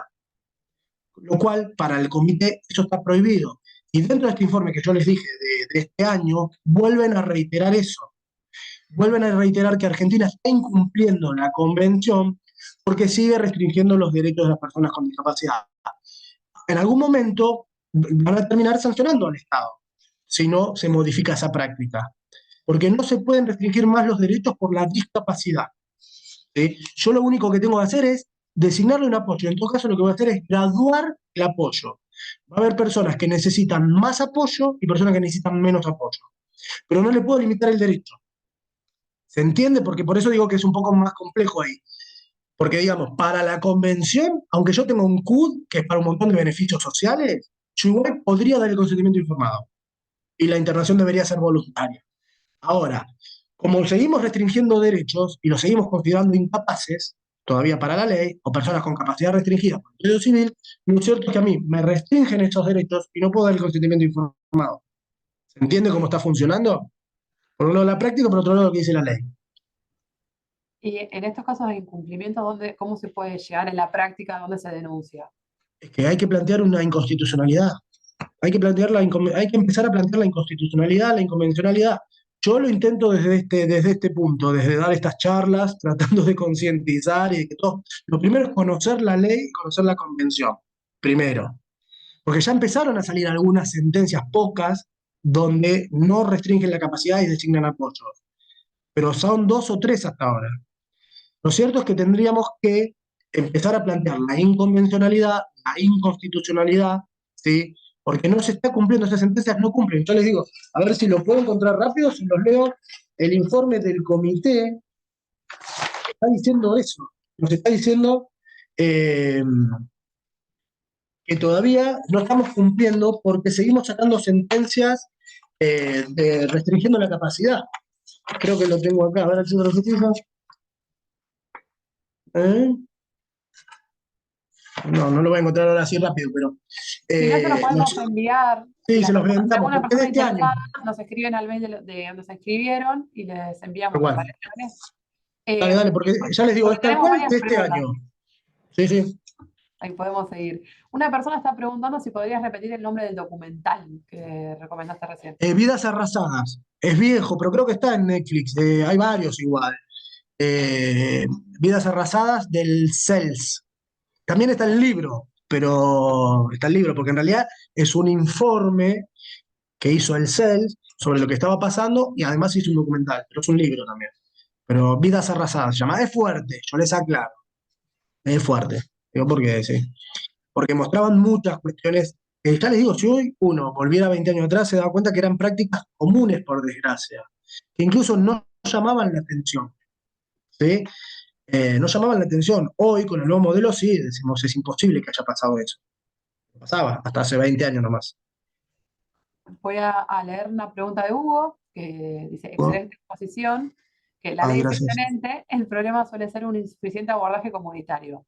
¿Cómo recomienda reforzar estos tipos de abordaje, sobre todo en el caso de consumos problemáticos? Sí, el mayor problema yo creo que es uno de los mayores problemas con la ley, que ahora también el otro día vi que habían aumentado la parte del presupuesto para que alcance el 10% del presupuesto de salud. La realidad es que están faltando los dispositivos intermedios, ¿sí?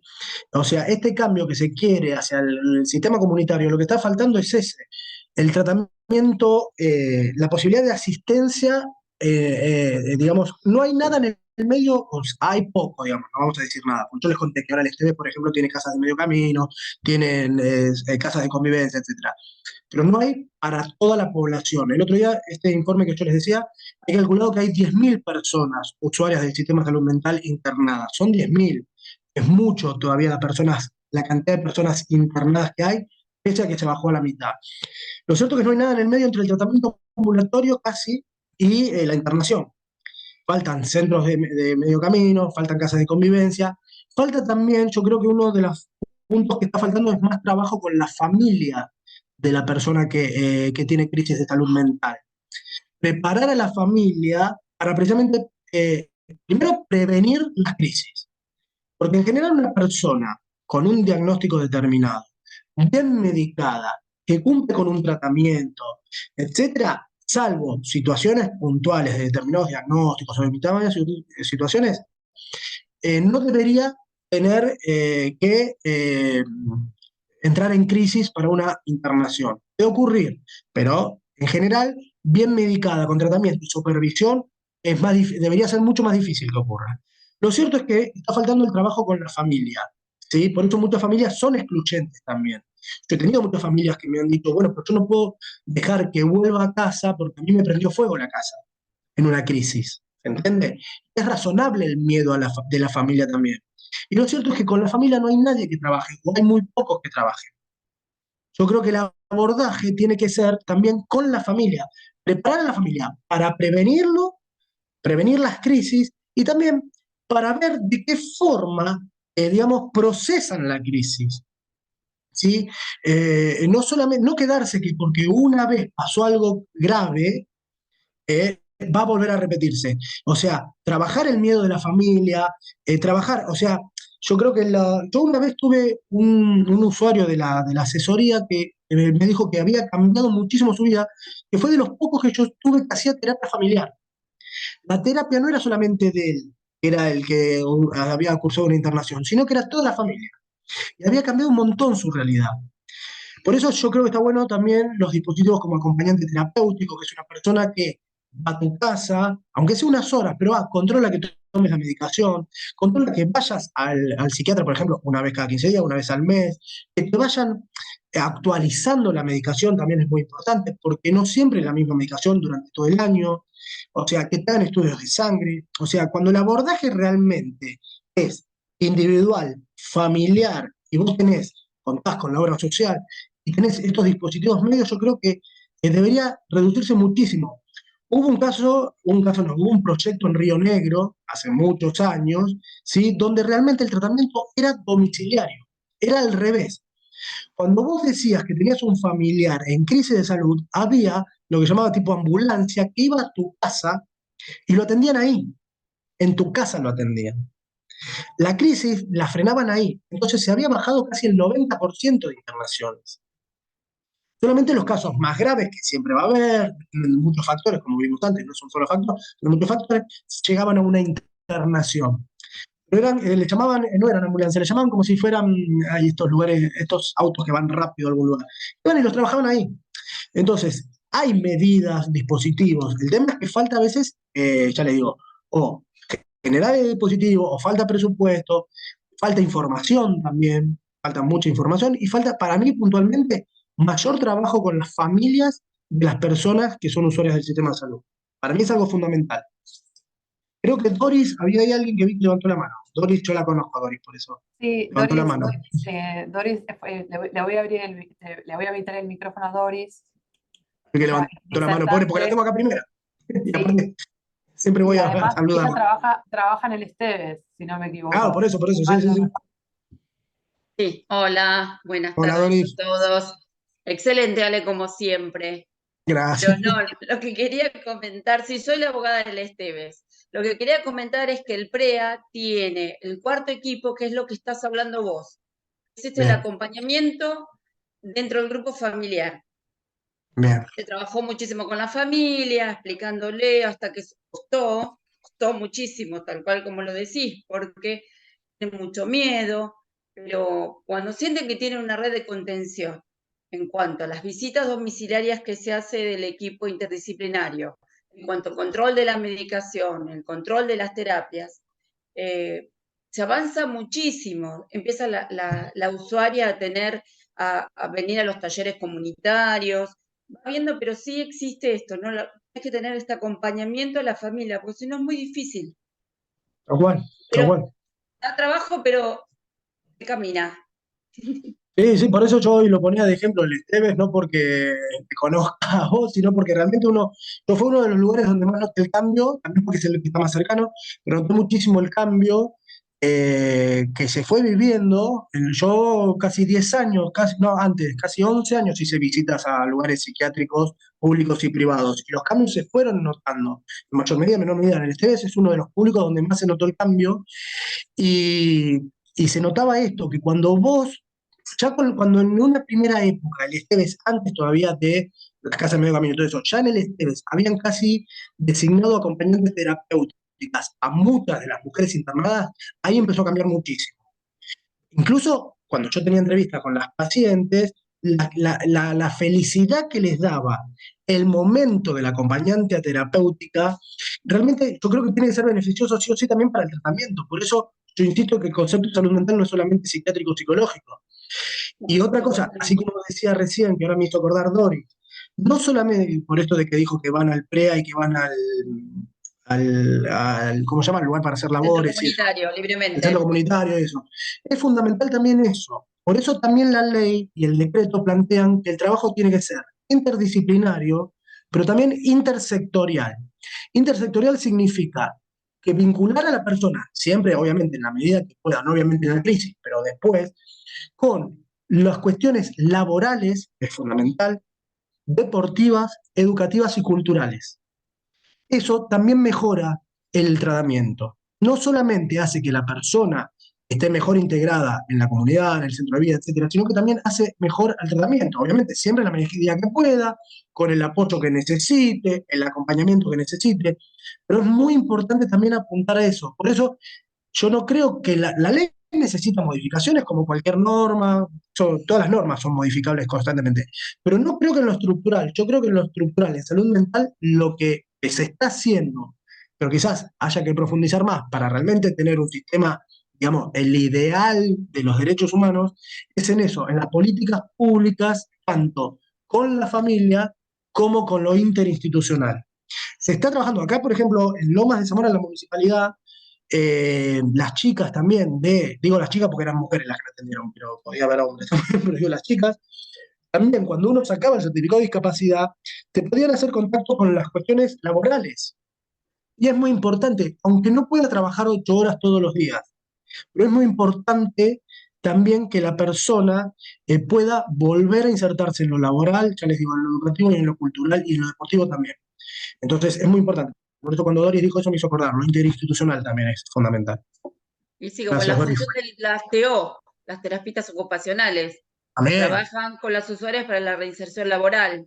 Es fundamental. Yo, miren, con respecto a eso que dice Doris de las terapias ocupacionales, nosotros estuvimos trabajando mucho, yo estoy en la Comisión de Personas con Discapacidad de la Unión de Magistrados de Lomas.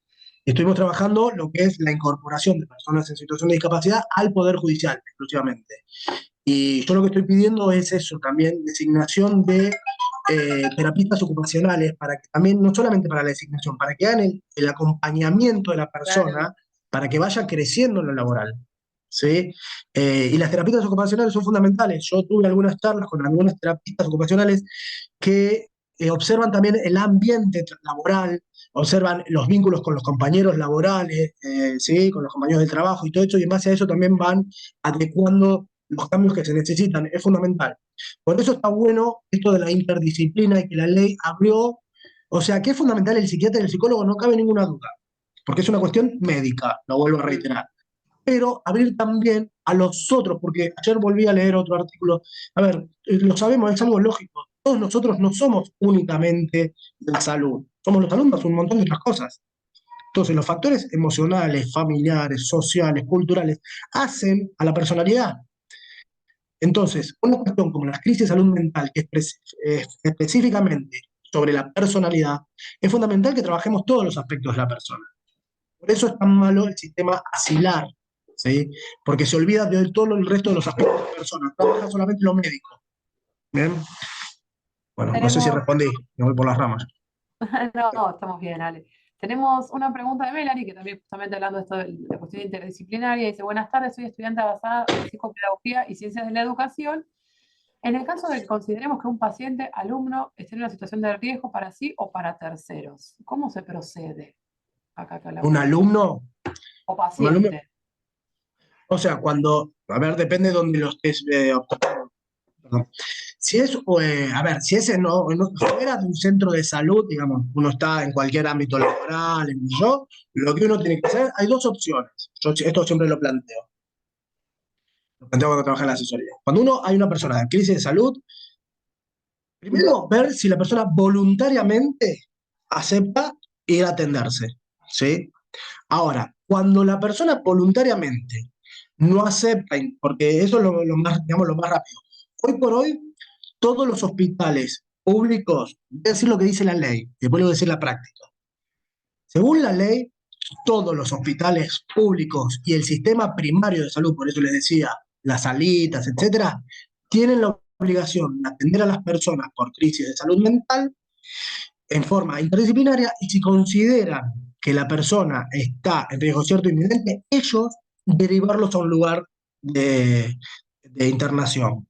¿Sí? Es decir, lo que nos tendríamos que garantizar cuando uno observa que hay una persona en riesgo cierto inminente es acercarla al centro de salud más cercano, reiterando la palabra, al centro de salud más cercano. ¿Sí? Ahora, ¿qué pasa en la práctica? Muchas veces no están aceptando igualmente esa atención. Eso para la ley es un acto de discriminación y uno debería denunciarlo. Yo lo he hecho, como funcionario lo he hecho, en una o dos oportunidades. Porque todos los centros de salud tienen la obligación de atender las crisis de salud. Ahora, ¿qué pasa? Cuando la persona, más allá de eso, no acepta ser trasladada, ahí es la única oportunidad donde el Poder Judicial sí interviene y puede ordenar la fuerza pública. Pero lo único que va a hacer el Poder Judicial es ordenar la fuerza pública, con acompañamiento de una ambulancia. No ordena la internación, porque la gente va al juzgado pidiendo la internación. No. El juez lo que va a ordenar es el traslado hacia el centro de salud para que lo evalúen interdisciplinariamente y vean si necesita o no una internación. Cuando digo, si la persona acepta ir voluntariamente, mejor, porque uno gana un paso, no pasa por el juzgado. ¿Sí? La idea de la ley es desjudicializar.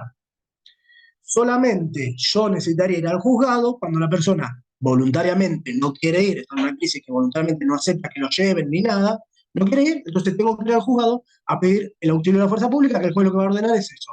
Auxilio de la fuerza pública, siempre acompañado por una ambulancia, y en ese caso lo derivan al centro de salud más cercano, evalúan si necesita la internación, y de ahí lo derivan por la obra social, o si no tiene obra social, el hospital público psiquiátrico más cercano. ¿Se entendió? Se entendió y lo articulo con la siguiente pregunta, que si las obras sociales deben cubrir al 100% los tratamientos de salud mental, inclusive los medicamentos como por ejemplo para la depresión. El 100%. Sí, sí.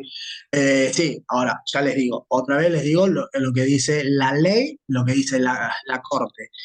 Ahora, después la práctica, muchos nosotros como abogados nos hemos visto, yo resolviendo no, porque yo nunca firmé, pero trabajando los amparos y ustedes planteándolos. A ver, les doy el dato. La ley 24.901 es la ley de prestaciones básicas para las personas con discapacidad. Léanla, porque no todos, o sea, los que trabajan los amparos sí, pero no todo el mundo las conoce. La verdad que son un montón de prestaciones que la ley establece en cabeza de las obras sociales. Obras sociales, prepagas, PAMI y todos los tipos de prestaciones. ¿Sí? Porque la propia ley remite a la 23.660 y 23.661, que son las de obra social y las de medicina prepaga. Entonces, en el juego de esas leyes tienen que cubrir todas las prestaciones de la 24.901, ¿sí? Que incluye todo, incluso hasta vivienda, alimentación, cosa que uno nunca sabe, pero están planteados ahí. Y más allá de eso, la Corte Suprema de Justicia ya planteó en infinidad de casos que se debe cubrir el 100% de todos los tratamientos psiquiátricos y de personas con discapacidad, ¿sí? Así que la ley está. Ahora el tema es después luchar en la práctica con, con las barreras. Por eso que la ley, no la ley, perdón, la convención pone mucho el eje en las barreras sociales. Esas negativas son parte de las barreras sociales. Vamos con las últimas tres preguntas, ¿vale? Sí. Estefanía dice que, bueno, muy interesante, y dice, ¿qué sucede en el caso de los niños o adolescentes sin referentes familiares y o afectivos que presenten algún diagnóstico de salud mental? Si hay alguna institución especializada o alguna casa de abrigo. El tema es sin referente, porque el tema es, ahí se mezclan las dos leyes, ¿sí? La ley de protección integral, la ley de abrigo, las medidas de abrigo, y la ley de salud mental. Respecto a niños, niñas y adolescentes, hay un problema, por lo menos hasta ahora había en provincia de Buenos Aires, de que casi no hay psiquiatras para menores. Hay muy pocos psiquiatras. Entonces, el tema son las vacantes en los centros de internación. Generalmente te dicen que no hay vacantes, etc. El tema es así. Cuando hay un niño o adolescente sin referentes parentales, en general, este es un caso de un niño o adolescente que está en riesgo. Si es un niño que está en riesgo y ve vulnerados sus derechos, debería haberse adoptado una medida de protección de derechos, que esa la toman los servicios locales de protección de los derechos del niño. ¿Sí? O sea, todo lo que sea derechos de los niños, para empezar de nuevo, todo lo que sea derechos de los niños que se vean afectados, hoy por la ley nuestra 13.298, tienen que intervenir los servicios locales. Los servicios locales de protección de niñez son entes municipales, ¿sí? Que depende del barrio. En Lomas depende del barrio, etc. Entonces, esos intervienen cuando se ve afectado cualquier derecho. Deberían intervenir cuando se ve afectado cualquier derecho, incluidos los de salud. Ahora, como dice la compañera, no sé por qué caso lo planteó, pero como dice la compañera, si es sin referentes parentales, ahí el niño ya tiene afectados sus derechos porque no está teniendo nadie que lo represente. Con lo cual debería intervenir el servicio local. Y después la internación la van a derivar seguramente por el servicio local. Y yo, ojo que lo estoy diciendo con cuidado, ¿por qué? Porque yo en un momento, hablando con diferentes lugares de estos servicios locales, me decían que no, que la ley de salud mental no se aplica para los... tengo una interpretación yo diferente de eso. Yo creo que si está afectado el derecho a la salud de un niño, deberían intervenir el servicio local. Pero no sé si hay alguien del servicio local acá que me quiera matar, pero es así. La ley dice que la vulneración de cualquier derecho del niño hace que tenga que intervenir el servicio local. ¿Sí? Así que serían ellos. Yo he tenido casos donde el servicio local ha derivado a los niños a centros de salud. ¿Eh? Lo que pasa es que hay un problema con las vacantes, que es otra cosa. Y acá tenemos una pregunta que también viene a colación, que dice, ahí se me salió un segundito, guárdame. Si en el caso de los niños, niñas y adolescentes, si se entienden capaces para dar su consentimiento a partir de los 16 años, tomando en cuenta el artículo 26 del Código Civil y Comercial de la Nación. Tal cual. Es tal cual como lo dijo. Ahí tenés el artículo 26 del Código Civil que te dice todas las diferencias en lo que tiene que ver con los derechos sobre el propio cuerpo de los niños, niñas y adolescentes, quienes pueden ejercer a partir de qué edad pueden ejercer determinados derechos. El adolescente, sí, en principio, para lo que tiene que ver con la atención psiquiátrica y la toma de medicación, incluso es a partir de los 16. Pero, pero nada, podría ser discutible por una cuestión de qué pasa con un menor de 16 donde los padres no están de acuerdo, si hace falta judicializarlo o no, porque en realidad el derecho a la salud es un derecho inherente a la propia persona. ¿Sí? Más allá que es obvio que uno tenga que tener determinada edad para tomar ciertas decisiones, el tema es cuando judicializar una cuestión de salud de ese tipo, pero bueno, por ahora es a partir de los 16. ¿Sí? Bueno, y les dejo dos recomendaciones que me hicieron llegar a través del chat, así que dale, toma nota para que los puedas ver si es que no las conoces. Sí. Una es un documental que nos acerca Bárbara, que dice El porvenir de la vida en común, que se encuentra en YouTube, y que muestra el cambio en distintos lugares de internación a partir de de la ley de salud mental. Y nos recomendaron también una película, Marta, que dice Nice, El corazón de la locura. Quería terminar No con vi estas ninguno de los dos. recomendaciones. Mirá que he visto cosas, pero no he visto ninguno de los dos. No. También les recomiendo, busquen, no porque esté Doris, acá que yo la quiero, Doris sabe que yo la quiero, pero no porque esté Doris, pero busquen en YouTube también la nota que hicieron el año pasado entre Fe Noticias sobre el STEX. Sobre todo porque somos todos de la zona, y entonces está bueno también conocer un poco cómo, ya le digo, no porque esté Doris, sino porque está bueno ver un poco en la zona cómo, y lo importante a mí es cortito, aparte de la nota que se hizo en Telefe Noticias, pero lo importante sobre todo cuando uno ve las notas que les hacen, cómo les cambia la vida a la gente. Porque vieron, cuando uno hace derecho de familia, yo por lo menos me dedico a derecho de familia, y todos te dicen, derecho de familia, no sé, con los chicos, yo no me animo. La verdad que es gratificante cuando algo sale bien. Entonces también es bueno difundir cuando las cosas salen bien. Así como criticamos mucho, cuando algo se hace bien, hay que decirlo. Cuando nos salían mal, la decíamos también. Y la verdad que en esa nota, cuando vos ves que la gente va a lo importante, cosas, a mí sobre todo me impresionó eso de que mirá que yo ya, miren, digo, a pesar de que yo ya trabajaba en esto mucho y yo lo había visto mucho, el ver a las personas como con algo tan sencillo que uno prácticamente pasa desapercibido como es vivir independiente, lo que te cambia la vida. Entonces, es como que te da ganas de seguir trabajando, te da ganas de estudiar más sobre el tema, te da ganas de leer de eso. Entonces está bueno. Les recomiendo eso y anoté los documentales porque están buenos. Hay una película alemana que yo no me acuerdo, no me acuerdo del nombre, que si la buscan hay una película alemana sobre el tratamiento de salud mental allá de una adolescente que es buenísima, pero no me acuerdo el nombre, porque está en alemán y es Igual complicado. los dejé en el chat, me preguntaron si los podía repetir, los dejé en el chat los nombres de los documentales. Bueno, les agradezco a todos y todas por quedarse, por participar, que la verdad tuvimos un montón de preguntas, así que es muy probable que tengamos un próximo encuentro, Alejandro, sobre Cuando quieran, seguiremos cuando profundizando quieran. esta temática tan importante. Y Eh, agradecerte a vos por tu generosidad. Impresionante. no, a vos, Ariadna, por quedarte también hasta esta hora. Gracias a todos y a todas que participaron por inscribirse primero y por haberse quedado hasta esta hora también y por estar interesados y participar. Y bueno, nada, y cuando quieran estaremos de vuelta y bueno, se los haremos saber Se a lo vamos todos. a saber a través de un email invitando a alguna conferencia. Desde ya, muchísimas gracias y que tengan unas muy buenas noches a todos. Que descansen. Gracias. Muchas gracias. Chao, chao.